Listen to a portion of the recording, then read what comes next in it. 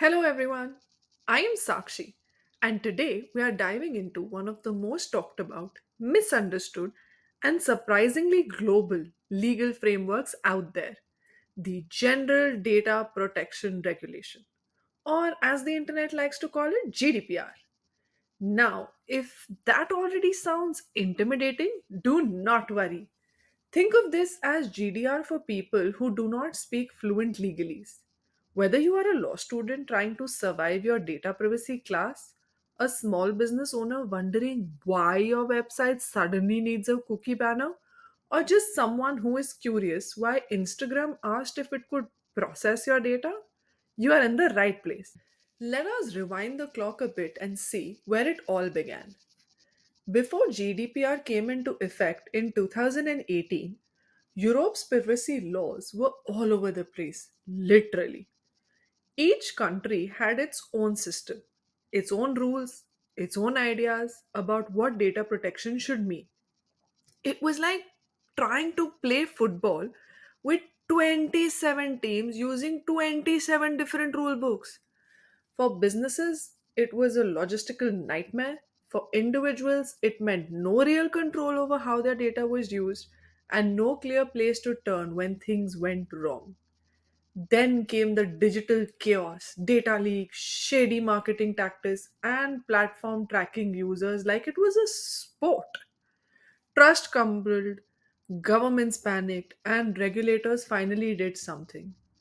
In 2018, the European Union said enough is enough and introduced GDPR, a sweeping reform that was less band aid, more total reboot. It did not just ask companies to be more careful, it forced them to take data seriously, and suddenly privacy became everyone's business. All right. So we know why GDPR exists, but to understand how it works, we need to learn the lingo. So let's simplify that for you. Here are the most valuable players of the GDPR world. Personal data. This is not just your name or email, it includes your IP address, location, browsing habits, even your coffee order for that matter. If it can be tracked back to a person, it is personal data. Data controller, the brains of the operation. This is the person or company that decides what data to collect, why, and how. Data processor, the hands. They carry out the actual work with data, but only on the controller's instruction. Now comes the star of the show, data subject. This is the individual whose data is being collected. So, not necessarily you, but anyone covered under GDPR. Typically, European Union residents. Consent.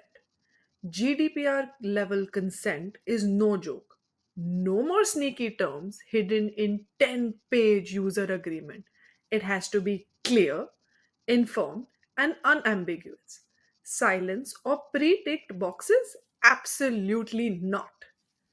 In short, GDPR makes sure people know when their data is being taken, how it is being used, and gives them a real say in the matter. And speaking of having a say, this is where GDPR really flips the script by giving individuals rights that are actually enforceable.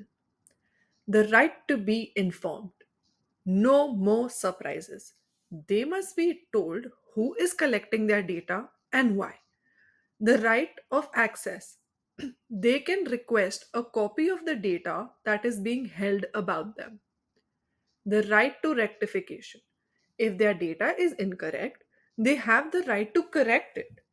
The right to erasure, often called the right to be forgotten. In certain circumstances, individuals can ask to have their data deleted. The right to restrict processing. They can ask companies to temporarily limit how their data is being used. The right to data portability. Their data should be transferable to another provider in a structured, commonly used format. While these rights apply primarily to European Union residents, their influence is global. Many businesses and governments have begun adopting similar frameworks just to keep up with GDPR standard.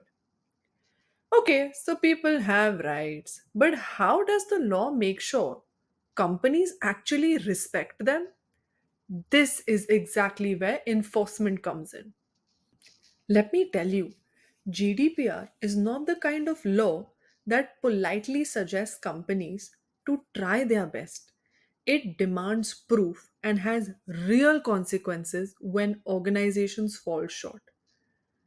Businesses are required to keep clear records of what data they collected and why, appoint data protection officers when needed, conduct privacy risk assessments before launching new products, and build privacy into every system they create.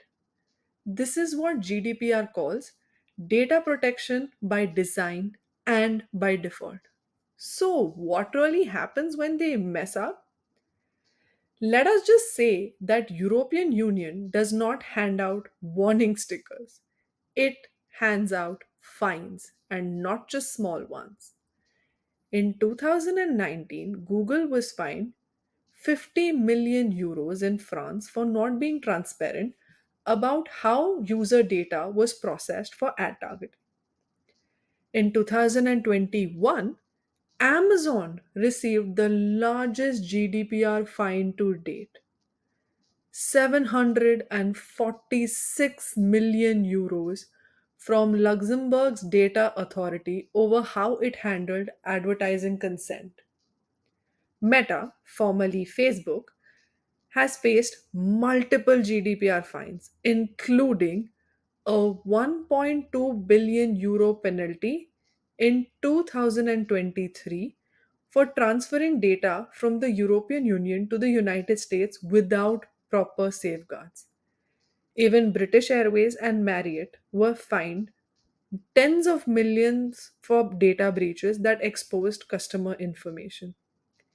Each European Union member state has a supervisory authority that monitors compliance, investigates complaints, and enforces the rule.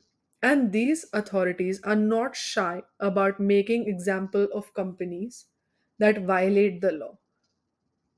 Now here is the twist. GDPR may be a European law, but how does it affect the global market? This is where it gets international. If a business outside the European Union sells to European Union customer or monitors their behavior online, whether it's from New York, New Delhi, or Nairobi, then GDPR applies. It is like saying, if you want to play with our data, you play by our rules. And it is not just Europe. GDPR has sparked a domino effect.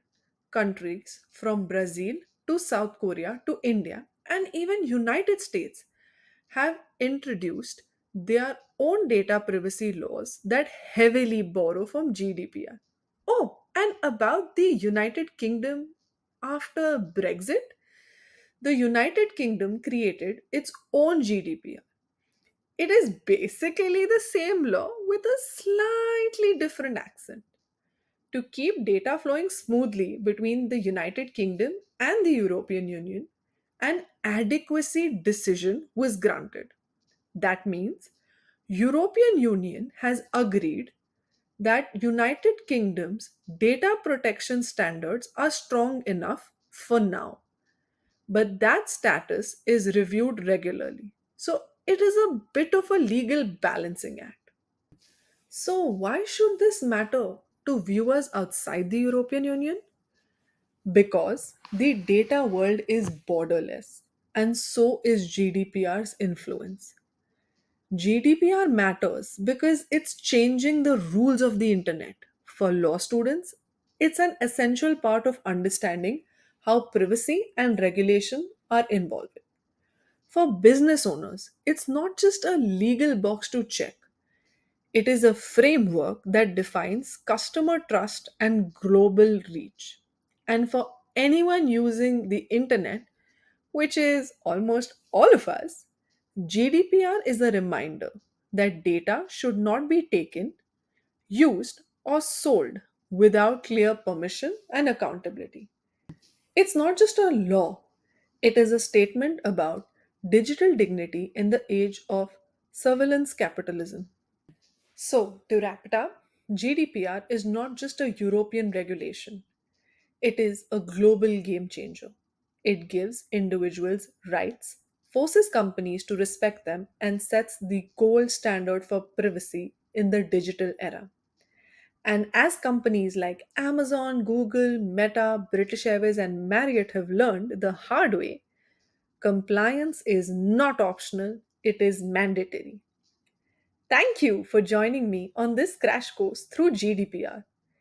If you found this helpful, like, subscribe, and share it with fellow students, entrepreneurs, or anyone who has ever clicked accept all cookies without reading the fine print. Until next time, stay informed, stay curious, and remember, in digital world, privacy is not a privilege, it is a right.